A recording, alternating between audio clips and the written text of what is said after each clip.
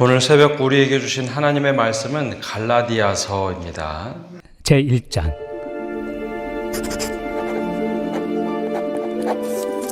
사람들에게서 난 것도 아니요 사람으로 말미암은 것도 아니요 오직 예수 그리스도와 그를 죽은 자 가운데서 살리신 하나님 아버지로 말미암아 사도된 바울은 함께 있는 모든 형제와 더불어 갈라디아 여러 교회들에게 우리 하나님 아버지와 주 예수 그리스도로부터 은혜와 평강이 있기를 원하노라.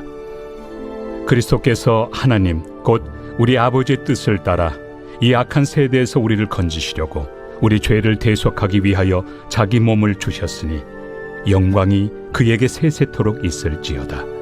아멘. 그리스도의 은혜로 너희를 부르신 이를 이같이 속히 떠나 다른 복음을 따르는 것을 내가 이상하게 여기노라. 다른 복음은 없나니 다만 어떤 사람들이 너희를 교란하여 그리스도의 복음을 변하게 하려 함이라. 그러나 우리나 혹은 하늘로부터 온 천사라도 우리가 너희에게 전한 복음 외에 다른 복음을 전하면 저주를 받을지어다. 우리가 전에 말하였거니와 내가 지금 다시 말하노니 만일 누구든지 너희가 받은 것 외에 다른 복음을 전하면 저주를 받을지어다. 이제 내가 사람들에게 좋게 하랴 하나님께 좋게 하랴 사람들에게 기쁨을 구하랴. 내가 지금까지 사람들의 기쁨을 구하였다면 그리스도의 종이 아니니라. 형제들아, 내가 너희에게 알게 하노니 내가 전한 복음은 사람의 뜻을 따라 된 것이 아니니라. 이는 내가 사람에게서 받은 것도 아니요 배운 것도 아니요 오직 예수 그리스도의 계시로 말미암은 것이라. 내가 이전에 유대교에 있을 때 행한 일을 너희가 들었거니와 하나님의 교회를 심히 박해하여 멸하고 내가 내 동족 중 여러 영갑조보다 유대교를 지나치게 믿어 내 조상의 전통에 대하여 더욱 열심히 있었으나 그러나 내 어머니의 태로부터 나를 택정하시고 그의 은혜로 나를 부르시니가 그의 아들을 이방에 전하기 위하여 그를 내 속에 나타내시기를 기뻐하셨을 때 내가 곧 혈육과 의논하지 아니하고 또 나보다 먼저 사도된 자들을 만나려고 예루살렘으로 가지 아니하고 아라비아로 갔다가 다시 다메섹으로 돌아갔노라. 그 후 3년 만에 내가 게바를 방문하려고 예루살렘에 올라가서 그와 함께 15일을 머무는 동안 주의 형제 야고보 외에 다른 사도들을 보지 못하였노라. 보라, 내가 너희에게 쓰는 것은 하나님 앞에서 거짓말이 아니로다. 그 후에 내가 수리아와 길리기아 지방에 이르렀으나 그리스도 안에 있는 유대의 교회들이 나를 얼굴로는 알지 못하고 다만 우리를 박해하던 자가 전에 멸하려던 그 믿음을 지금 전한다 함을 듣고 나로 말미암아 하나님께 영광을 돌리니라. 새벽에도 하나님 은혜와 평강이 함께하기를 축복합니다. 명절 잘 보내셨나요? 날씨가 추워져서 감기 또 유의하시기 바랍니다. 예수를 믿고 사는 삶에는 시험이 늘 따라오기 마련입니다.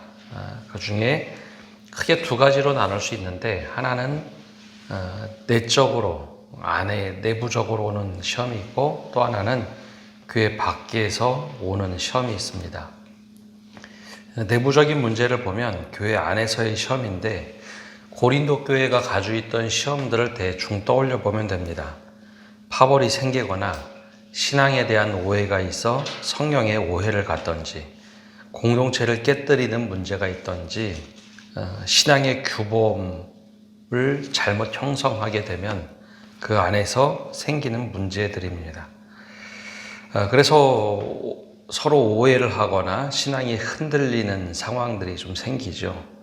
그래서 오히려 이 밖에서의 어려움보다는 내부적인 어려움이 생기면 신앙이 흔들리거나 교회를 떠나는 사람도 꽤 있습니다. 그뿐만 아니라 더 이게 심하면 신앙 자체를 떠나는 일들이 생기곤 합니다. 2010년대부터 한국 사회에 사실 이런 현상들이 두드러지게 나타나서 교회를 나오고 싶지만 교회를 떠난 사람들을 가난한 성도라고 부르죠. 이와 달리 외부적인 문제가 또 시험이 있을 때가 있죠. 외부적인 문제는 보통 신앙, 시련, 박해, 차별을 받을 때입니다. 보통 이게 기독교 신앙이 처음 외국에 들어갈 때 혹은 우리나라에 들어올 때 초대교회도 그랬고 또 우리 초기 교회도 그랬고 보통 이런 시기가 있으면 굉장히 박해를 많이 받거나 시련이 많습니다. 우리나라도 80년대, 90년대까지만 초까지만 해도 이런 외부적인 어려움을 막 당하곤 했죠. 근데 희한하게도 외부적인 이런 시련들은 우리의 믿음을 더욱더 견고하게 만듭니다. 박해 때문에 믿음을 잃는 경우도 있지만 오히려 우리의 믿음이 어떤 믿음인가 불시험을 통해서 견고하게 만들어줍니다. 또 다른 문제 하나가 있는데요. 이건 내부적인 문제이면서 외부적인 문제인데요. 바로 이제 이단의 문제와 왜곡된 신앙의 문제입니다. 이단의 문제나 왜곡된 신앙을 가지게 되면 자기 틀 안의 세계에 빠지게 되어 있습니다. 이단들은 훨씬 더 우리보다 확고한 믿음 체계를 가지고 있는 것처럼 보입니다. 그래서 확신이 있죠. 틀린 것을 말하면서도 아주 확고하게 말합니다. 그러나 잘못된 길로 인도하기에 이건 늘 외부적인 문제가 아니라 내부적인 우리를 교란하게 합니다. 또 왜곡된 신앙을 가지고 있으면 믿음의 사람들을 오히려 또 실족하게 하죠. 쭉 장황하게 말씀드린 이유는 갈라디아 교회에 그런 어려움이 생겼기 때문입니다. 즉 후자, 이단이나 유대교에 빠졌던 사람들이 많았습니다. 그래서 유대교의 율법주의자 그리고 이단에 흔들리는 사람들이 많아서 깜짝 놀라서 사도 바울이 쓴 편지가 갈라디아서입니다. 이 갈라디아서 그러면 이제 특정한 도시를 이야기하는 것이 아니라 갈라디아 지방입니다. 지금의 튀르키예, 우리가 흔히 터키라고 말하는 튀르키예 중부 지역인데요. 여긴 도시가 아니라 우리로 얘기하면 뭐 경상권 혹은 영남권 얘기할 때 큰 지역을 말합니다. 대구 그러면 특정한 도시, 고린도 그러면 도시를 말하지만 여기 경상권 하면 지역을 의미하죠. 이 갈라디아 지역은 큰 지역입니다. 그래서 이 지역에 갈라디아에 있는 여러 교회들이 편지를 받으면 회람해라. 이 교회도 보고 저 교회도 보면서 회람해라 라고 했던 편지입니다. 갈라디아서는 좀 사도 바울이 초기에 썼던 편지 중에 하나입니다. 1차 전도 여행이 끝나거나 2차 전도 여행이 끝난 후에 기록했다라고 알려져 있습니다. 근데 이제 기간이 좀 차이가 나는 것은 학자들마다 차이가 있는데 저는 후자 입장, 좀 2차 전도 여행 끝나고 한참 후에 기록된 서신으로 저는 이해하고 있습니다. 그럼 이 편지가 도대체 어떤 편지였느냐? 편지 쓸 때 사도 바울은 늘 자기를 소개를 하는데요. 1절에 보면 이렇게 소개를 합니다. 사람들에게서 난 것도 아니요 사람으로 말미암은 것도 아니요 오직 예수 그리스도와 그를 죽은 자 가운데서 살리신 하나님 아버지로 말미암아 사도된 바울은 좀 길게 적었죠. 사람들로 난 것도 아니고 사람들로 말미암은 것도 아니다라고 내가 어떻게 사도가 되었는지 예수 그리스도와 아버지 하나님으로 말미암아 내가 사도가 되었다라고 씁니다. 그렇게 장황하게 쓴 이유는 사도 바울이 이후에 하고 싶은 말이 있어서입니다. 아버지 하나님의 은혜로 예수 그리스도의 은혜로 내가 사도가 된 것이지 어떤 사람이 너 사도로 살아가라 라고 콕 집거나 내가 스스로 사도가 되고 싶어서 된 것이 아니라는 이야기입니다. 하나님의 은혜로 됐다. 근데 이 하나님의 은혜로 된 것이 아니라 율법을 지켜서 사는 사람들이 있기 때문에 이 말을 장황하게 하는 겁니다. 그리고 나서 누구에게 썼는가? 2절에 함께 있는 모든 형제와 더불어 갈라디아 여러 교회들에게 내가 함께 했던 형제들하고 갈라디아 교회들에게 편지를 쓰고 있다라는 것을 말해주고 있습니다. 이 갈라디아 교회에 이렇게 편지를 쓰고 있는데 그러면은 이제 어떤 내용을 쓰고 있는가? 1절에서 5절까지 인사말을 했다면 보통 사도 바울은 그 다음에 감사를 표합니다. 누구에게 감사도 표하고 마지막에도 감사를 표하지만 내가 이런 일로 감사하고 뭐 쭉 쓰는데 사도 바울이 그런 이야기를 생략합니다. 6절에 보면 바로 본론으로 들어가는데요. 6절에 이렇게 기록되어 있습니다. 그리스도의 은혜로 너희를 부르신 이를 이같이 속히 떠나 다른 복음을 따르는 것을 내가 이상하게 여기노라. 사도 바울이 초창기에 편지를 썼다는 것은 그만큼 사도 바울이 젊을 때 이 서신을 썼다라는 겁니다. 근데 갈라디아 교회 소식을 듣고 너무나 이제 깜짝 놀라서 붓을 들어서 편지를 쓴 것이죠. 그럼 어떤 내용이냐? 하나님의 은혜로, 예수 그리스도의 은혜로 우리가 예수를 믿게 됐는데 그 은혜를 떠나서 다른 복음 전하는 것들을 사람들이 너무 쉽게 빨리 믿어버리더라라는 겁니다. 사도 바울이 갈라디아 지역에는 1차 전도여행 때도 2차 전도여행 때도 가서 복음을 전했던 지역입니다. 갈라디아 지역을 이제 학자들은 두 가지로 나눕니다. 우리 경상도 그러면 경상북도가 있고 남도가 있죠. 갈라디아 지역도 북갈라디아가 있고 남갈라디아가 있습니다. 근데 북갈라디아는 1차 전도여행 때 갔던 지역이고 2차 전도여행 때는 이제 남갈라디아 지역을 또 통과하게 되죠. 근데 이 말은 이만큼 오랫동안 머물면서 교회들을 돌보면서 복음을 전하고 가르치고 거기에 사람들도 남겨서 예수를 믿는 복음이 어떤 복음인지 알려주었는데 너무나 쉽게 사람들이 믿음에 있어서 왜곡된 복음을 떠나더라라는 겁니다. 그래서 사도 바울이 당혹스럽기도 하고 굉장히 화가 났습니다. 그래서 이 7절에 이렇게 또 말합니다. 다른 복음은 없나니 다만 어떤 사람들이 너희를 교란하여 그리스도의 복음을 변하게 하려 함이라. 복음이 있고 변질된 복음, 다른 복음이 있다라는 거죠. 근데 다른 복음은 예수님께서 가르쳐 준 적이 없다라는 겁니다. 그 복음은 우리를 교란하게 해서 믿음에서 왜곡되게 한다라는 겁니다. 그래서 아주 단호하게 8절에 이렇게 말합니다. 그러나 우리나 혹은 하늘로부터 온 천사라도 우리가 너희에게 전한 복음 외에 다른 복음을 전하면 저주를 받을지어다. 그러면 왜 이제 이런 이야기가 나오는가? 또 8절에도 우리가 전에 말하였거니와 내가 지금 다시 말하노니 만일 누구든지 너희가 받은 것 외에 다른 복음을 전하면 저주를 받을지어다. 이런 말 잘 쓰지 않는데 사도 바울이 다른 복음을 전하면 저주를 받을지어다 라고 하면서 굉장히 강하게 이야기합니다. 그러면 도대체 이 무엇이 참된 복음이고 무엇이 잘못된 복음일까?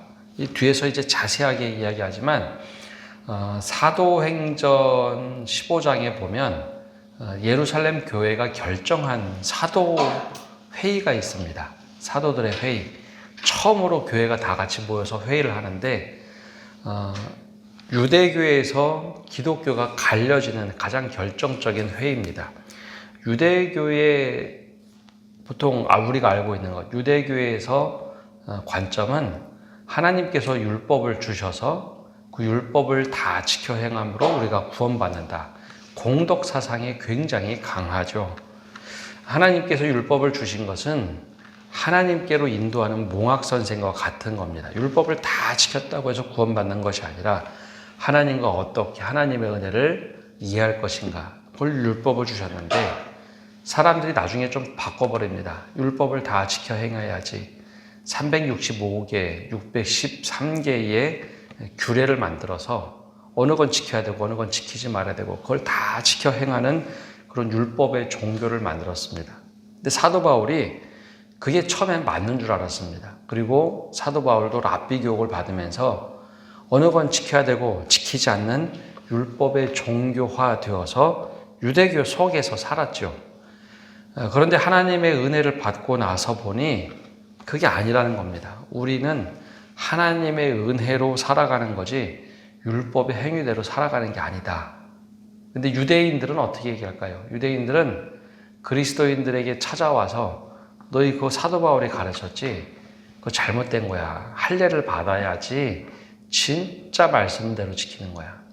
율법대로 살아야지, 이 틀대로 살아야지라고 와서 자꾸 가르치는 겁니다. 그러니 이방인들의 입장에서는 유대교에 대해서 잘 모르는데 분명히 신앙의 뿌리는 유대교에서 출발한 것 같고, 그러니 사람들의 믿음이 흔들리기 시작했습니다. 이때 사도 바울이 아주 강력하게 이야기했던 이유가, 사도들의 회의에서는 더 이상 우리가 예수님을 믿을 때 유대인으로 개종하지 않아도 된다, 즉 할례를 받지 않아도 된다라는 규칙을 만듭니다. 대신 죽은 시체를 만지지 말고 하면서 부정한 음식을 먹지 말고 4가지만 지키면 유대교로 개종하지 않아도 예수님의 은혜로 우리가 믿고 살아간다, 그걸 결정했습니다. 그래서 이 다른 복음을 굉장히 엄격하게 걱정을 했죠. 복음은 100년 전에도 2000년 전에도 그대로 복음이고 지금도 복음입니다. 근데 잘못된 복음은 지금 내용이 다르고 30년 전에, 100년 전에 외국에서도 복음의 내용이 다르다면 그것은 잘못된 복음입니다. 100년 뒤에 우리가 지금 이야기하고 있는 것이 바뀌지 않아야 그게 진리의 복음입니다. 여러분 요즘에 유튜브 참 많이 보시죠? 유튜브가 종교화되면 우리의 믿음을 왜곡합니다. 지금 하고 있는 유튜브의 수많은 이야기들 중에 100년 뒤에도 500년 뒤에도 진리여야지 그게 진짜 진리가 되는 겁니다. 500년 전에 하지 않았던 얘기를 갑자기 얘기하게 된다. 그럼 그거는 이게 도대체 무슨 이야기인가 한번 생각해 봐야 합니다. 그럼 다른 복음과 사도 바울이 말하는 복음의 큰 차이는 무엇인가? 10절에 이렇게 말합니다. 이제 내가 사람들에게 좋게 하랴, 하나님께 좋게 하랴, 사람들에게 기쁨을 구하랴. 내가 지금까지 사람들의 기쁨을 구하였다면 그리스도의 종이 아니니라. 사람들이 좋게 한다. 사람들을 기쁘게 하려고 하는 복음이 그게 아닙니다. 그 얘기를 하는 것이 아니라 이것은 사람들이 듣고 야 이게 맞는 것 같아 하면서 막 추종하는 것들을 얘기합니다. 그래서 사람들을 좋게 하랴, 하나님을 좋게 하랴, 하나님을 기쁘게 하랴 하는 이야기를 하고 있습니다. 유대인들은 율법을 지켜 행하는 것을 중요하게 여겼습니다. 그래서 그게 맞다라고 이야기하죠. 그런데 진짜 복음, 구약 성경에서 말하는 선지자들의 삶, 예수님 그리고 세례요한의 삶을 보면요, 복음은 딱 복음을 들으면 내가 어떤 존재인지, 특별히 이제 죄인에 대해서 한번 생각하게 됩니다. 내가 죄인인지, 그리스도의 종으로 내가 제대로 살아가고 있는지. 그래서 복음은 늘 수많은 사람들에게 막 지지를 받기보다는 내가 어떻게 살아가야 될지 내 스스로 깊은 성찰을 하게 되어 있습니다. 그래서 사도 바울이 자기 이야기를 11절부터 합니다. 그러면 내가 어떻게 복음을 받게 됐는가? 11절과 12절에 이렇게 얘기하죠. 형제들아, 내가 너희에게 알게 하노니 내가 전한 복음은 사람의 뜻을 따라 된 것이 아니니라. 이는 내가 사람에게서 받은 것도 아니요 배운 것도 아니요 오직 예수 그리스도의 계시로 말미암은 것이니라. 복음은 사람을 변화시키고요, 복음을 정말 깊이 가직하게 되면 사랑을 좀 생각하게 됩니다. 생명을 살리는 것을 생각하게 되고, 복음은 사람들이 논의해서 어떤 계획을 해서 만드는지 않습니다. 나에 대한 부르심이 무엇인지 깨닫게 되죠. 그런데 이 당시에 유대교에서 이야기하던 복음은 좀 달랐습니다. 사도 바울이 왜 이걸 이렇게 격정적으로 얘기하느냐 하면 13절의 이야기 때문에 그렇습니다. 내가 이전에 유대교에 있을 때에 행한 일을 너희가 들었거니와 하나님의 교회를 심히 박해하고 멸하고. 유대교에 있을 때는 예수 믿는 사람들 가서 죽이는 게 일이었습니다. 이게 뭐가 차이가 있냐면 이대로 안 하면 죽여도 괜찮은 겁니다. 유대교에서는 그렇게 배웠습니다. 그래서 박해를 하던 사람이 예수를 믿자마자 예수 믿지 않는 사람들이 오히려 더 불쌍해 보였습니다. 유대인들이 더 불쌍해 보이기 시작합니다. 그래서 목숨을 걸고 오히려 사랑을 증거하고 생명을 증거하고 복음을 이야기하고 다니는 게 사도 바울이 부르심을 받아서 살던 삶이었습니다. 이게 참 똑같은 사람들을 만났는데 유대교에 있을 때는 잘못된 복음을 가지고 있을 때는 그게 복음인 줄 알았는데 그렇게 살지 않는 사람들 죽이러 다니고 잘못된 사람들 막 이야기하고 다녔는데 예수를 믿고 나서 보니까 그 사람들이 불쌍해 보이는 겁니다. 사랑으로 대하고 생명으로 인도하고 그게 내가 하려고 한 것이 아니라 예수 그리스도의 계시로 내가 이걸 깨달았다라는 거죠. 그래서 사도 바울을 한번 보면 박해를 받으면 야 저놈들 왜 저래 하고 이야기하지 않고 그 사람들에게 가서 다시 복음을 전합니다. 그리고 결국은 사도 바울도 순교를 하게 되죠. 이게 복음의 능력입니다. 그래서 복음은 사람을 변화시킵니다. 율법대로 충성을 다해서 지키도록 하는 것이 아니라 은혜로 살아가도록 합니다. 그러고 나서 보니까 율법을 완성하시는 예수 그리스도의 사랑을 따라 살아갑니다. 그래서 내가 원래 유대교의 랍비였는데 예수님의 은혜로 내가 부름을 받아서 내가 사도가 됐다는 겁니다. 또 복음에 막 사로잡히면요. 사람들과 같이 막 모여서 막 논의하는 것, 그것보다는 하나님이 도대체 나를 어떻게 사용하시려고 하느냐, 막 내적인 갈등도 있고 고민도 있고 기도하게 됩니다. 그래서 17절에 보면 이렇게 얘기하죠. 예수님을 만나고 나서 또 나보다 먼저 사도된 자들을 만나려고 예루살렘으로 가지 아니하고 아라비아로 갔다가 다시 다메섹으로 돌아갔노라. 그리고 나서 그가 정말 주님 안에서 나를 어떻게 부르시는가 그거를 다 깨달은 뒤에 그가 사도의 길을 걸어가려고 예루살렘으로 올라와 야고보 주의 형제 야고보를 만나게 됩니다. 그리고 이 일련의 과정을 보면 막 스스로 안에서 엄청난 내적인 고민을 합니다. 그리고 나서 하나님께 영광을 돌리는 삶이 어떤 것인가 깨닫게 되죠. 오늘 말씀을 보면 복음은요. 우리를 먼저 변화시키는 게 복음입니다. 그리고 사랑으로 생명으로 살도록 합니다. 그래서 갈라디아 교인들이 정말 안타까운 것은 그 지역 다니면서 사도 바울이 정말 고생하면서 복음 전했던 것을 알고 있습니다.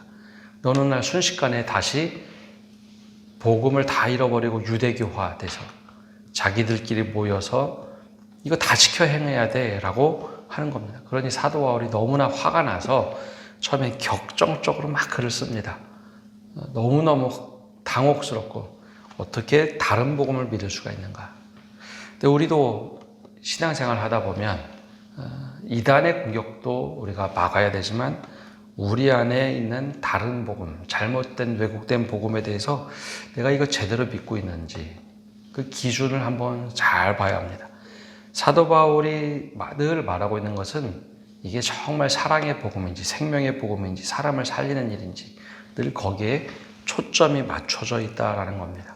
우리가 오늘 이 복음을 우리가 한번 조명해보고 내가 얼마나 그곳으로부터 멀리 벗어났는지 한번 말씀을 통해서 다시 한번 살펴보시는 성도 여러분 되시기를 바랍니다. 기도하겠습니다. 하나님, 오늘도 저희가 주님 앞에 나와서 말씀을 듣고 나갑니다. 주님, 우리가 복음에 얼마나 바로 서려고 노력하고 있는지 우리 자신을 돌아보게 하여 주시옵소서.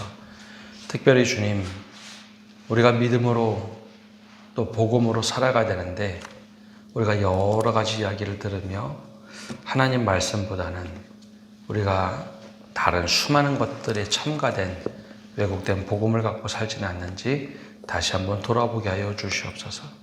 그래 믿음의 길을 걸어가는데 우리가 왜 입에서 이런 이야기가 나오는지 내 마음속에 이런 것들이 움직이고 있는지 다시 한번 깊이 돌아보며 주님 앞에 기도하고 또 주님 앞에 다시 한번 결단하는 시간 되게 하여 주옵소서.